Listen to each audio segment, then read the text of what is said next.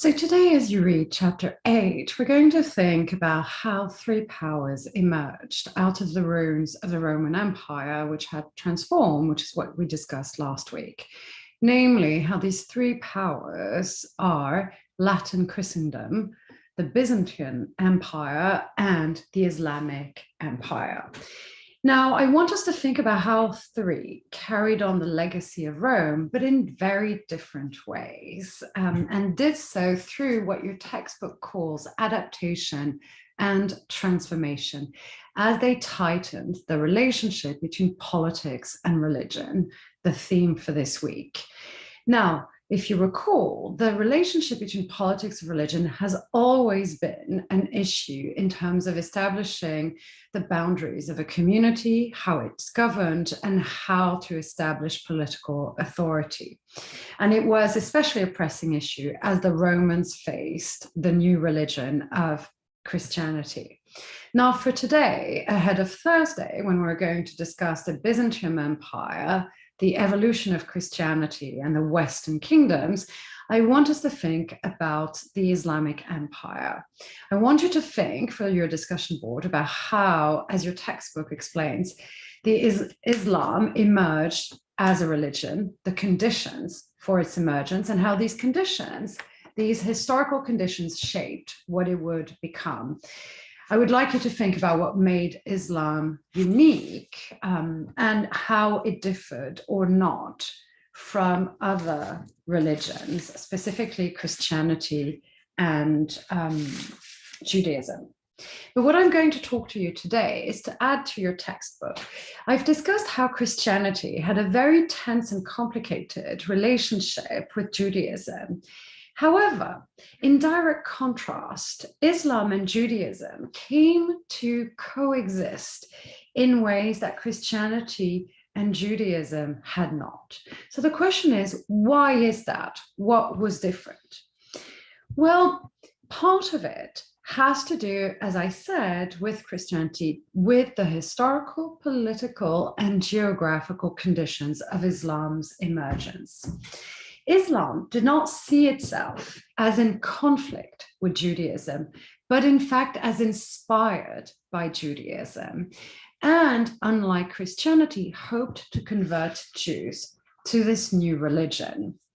So though not born and educated a Jew, Muhammad had contact with Judaism as he lived and grew up.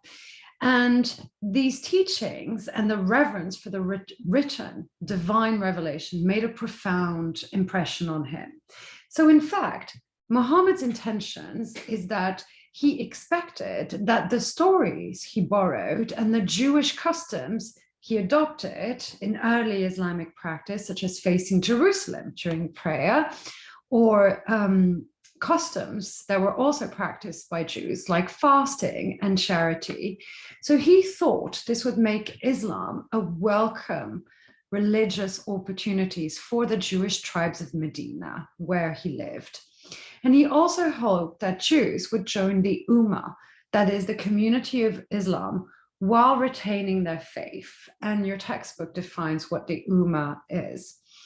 In fact, he had a respect for Judaism as a separate but distinct religion and stipulated that the Jews have their religion, the Muslims have theirs. In fact, imagining that they were in a relationship of kinship.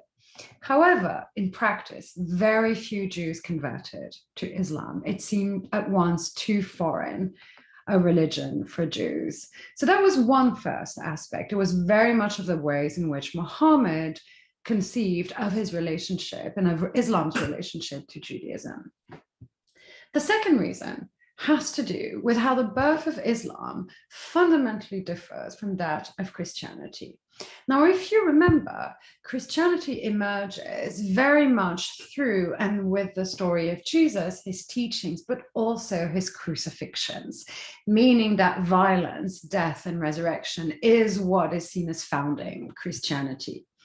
By contrast, Muhammad, as founder of Islam, claimed neither messiahship nor divinity. He was, in fact, a human conduit. And he also died a natural death. So the issue of the legacy of authority was a very different one than for Christianity. And in fact, what also helped solidify this was the fact that Islam had no ambivalent relationship to Christianity. And it considered pagans, Jews, and Christians alike. That is, under the general rubric of infidels who could nonetheless, if they were people of the book, that is, Christians or Jews, join the Ummah and the community. So part of that had to do with how the concept of jihad was developed, but also as the conquest spread, the fact that the people of the book who submitted to Arab rule were always guaranteed residential rights and protection inside the domain of Islam in return for obedience and tribute. And here what we see is a mode of governance that very much echoes how the Romans built and sustained their empire. So in fact, because they recognize a commonality of religious practice through scripture, through the written book, Muslims were less inclined to the kind of persecution and systematic segregation that had existed under Roman and under Christian rules. That does not mean that Jews and Christians were fundamentally equals to Muslims within the Ummah, but it meant they had a right to coexist, which in turn opened social and political possibilities. Last, geography and politics helped. Unlike Christianity, Islam arose in an area remote and peripheral to Judaism. And by that time, those local communities, Jewish and Muslims, no longer had to contend with foreign Roman rule. Roman rule has subsided, so there was no longer this contest for recognition from a foreign external authority. So early Islam did not have to fight for recognition the way Christianity had to. So even more so, because after Medina, it carried the day as the main religion in Arabia. So Islam did not feel the need to establish its identity at the expense or in contrast to Judaism. So theologically, it did not represent itself as the theological fulfillment of Judaism. In fact, Islam established itself by establishing its priority over Judaism and Christianity as, in fact, being the early instantiations. So its relationship was a very different one, theologically and politically. So that in turn will fuel the kinds of modes of political governance that we see emerge in these emerging three powers, these three empires. And I think we see these differences also emerge in what your textbook has articulated that I want you to think about, which is how Eastern Christianity, though contested, will value icons. Western Christianity will value and put relics at the center, whereas Islam refuses any representation or embodiment of God in Islam.